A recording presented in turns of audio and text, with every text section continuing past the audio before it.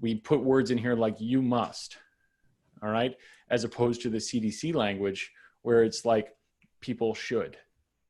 And it's a suggestion. I see a lot of shoulds and mays, and Steve brought this up the other day when we were talking, where there's a lot of these shoulds and mays, and we've adapted those to the company to say, hey, if you're going to be working with our learners, you must do this.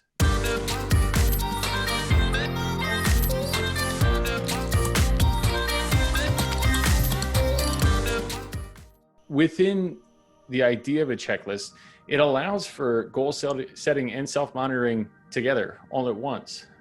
Especially when you have like a percentage goal. If you have a percentage of opportunities or percentage of check marks or whatever it is, the goal is going to be 100%. And we might set incremental goals along the way to get people to 100% as more arbitrary goals. But anytime you have a percentage, you want to get to 100%.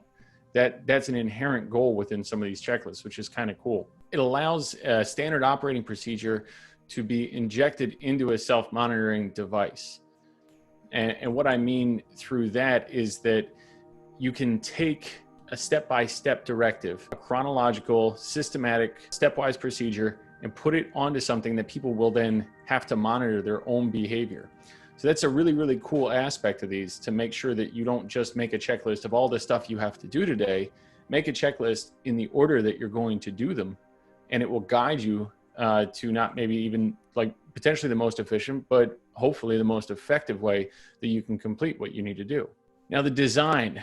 So this is interesting. I've been looking at a lot of different checklists throughout this process, and included that is the checklist manifesto graphic that Steve's put up a couple times, as far as how things flow and how you present information to people so that it is going to be received well and it's easy to follow. As different people have different attention to different media. So one person might do better with a video or auditory instructions than written instructions.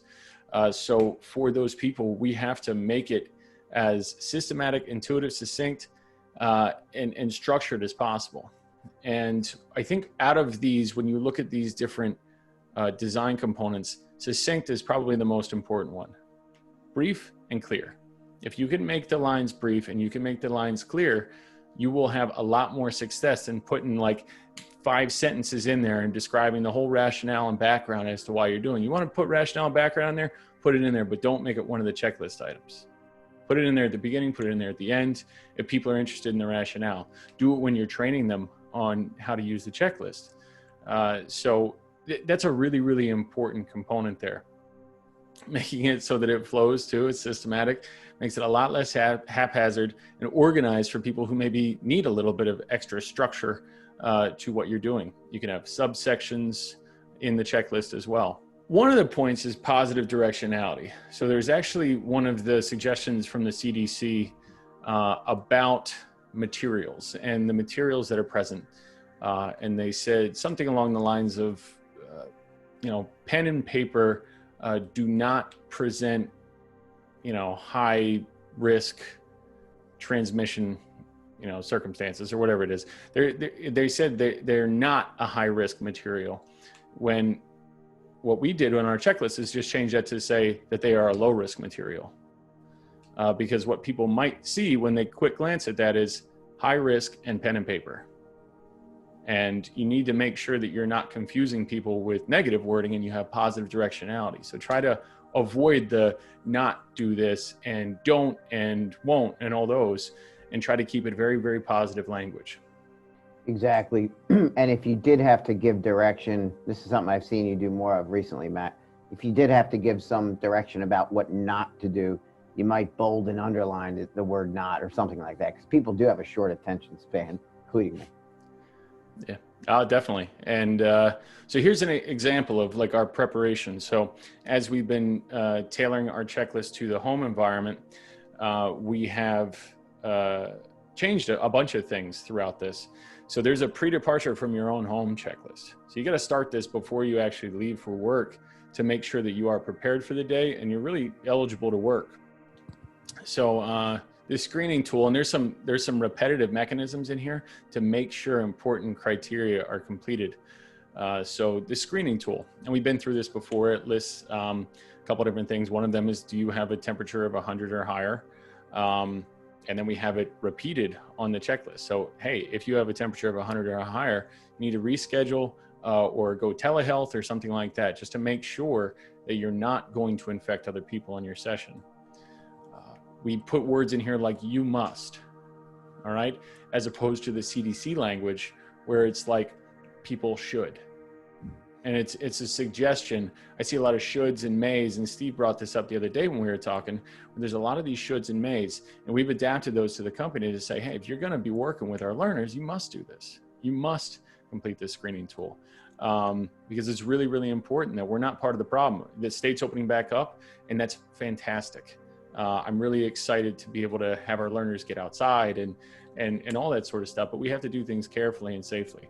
And so this is just one of the things I like about our checklist is they go top to bottom. There's no confusion about, we don't have like a column here, a column here, a column here. So it's like, do I go across? Do I go down and then over? It's all top to bottom. Very, very simple stuff. So that's something that just when you're designing these things, you can have different sections, you can have different things pop, you can bold and underline like Brett's talking about as well, when you have really operative, important keywords in there. So the environment, this has been a challenge recently when you're talking about changing these things to different environments.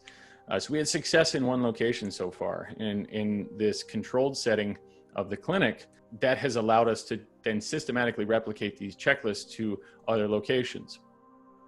We've identified a host of new variables that we come into contact with, and some of them are easier to control for and account for than others when we're developing these checklists. The really interesting thing is that when we went through this translation of the clinic to the home, there were a couple things that really proved difficult when we're trying to make a checklist comprehensive and as safe as possible. Wipe down all surfaces in a clinic. Piece of cake. It's easy. It's not difficult at all.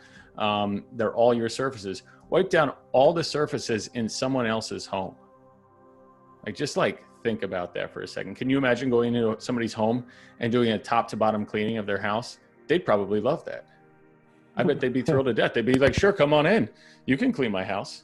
But that's where really we are encouraging our people to have an isolated area where they conduct their sessions within the home that we can account for a little bit more. How about having families complete a screening tool each day? Some of these families have 3-4 kids at home, and they're trying to provide instruction and supplemental learning for the schooling, and we're asking them to do something in addition. So that's something that we've had to tweak and figure out different systems for as well. And then a pen and paper checklist, like access and infection control, like leaving the checklist at the house on like a surface that you've been touching all day. We've been really working on figuring out different ways that we can implement the checklist. Like the checklist implementation in homes is probably going to be different than the way we do it in the clinic with pen and paper. And we might use an online form with an automatic email report. We're not ruling out pen and paper, but if we're going to monitor these from a distance, which is another issue, we're going to have to make sure that we get a copy of that after every session so that it can be reviewed and we can provide feedback and close that loop so our people are continually learning.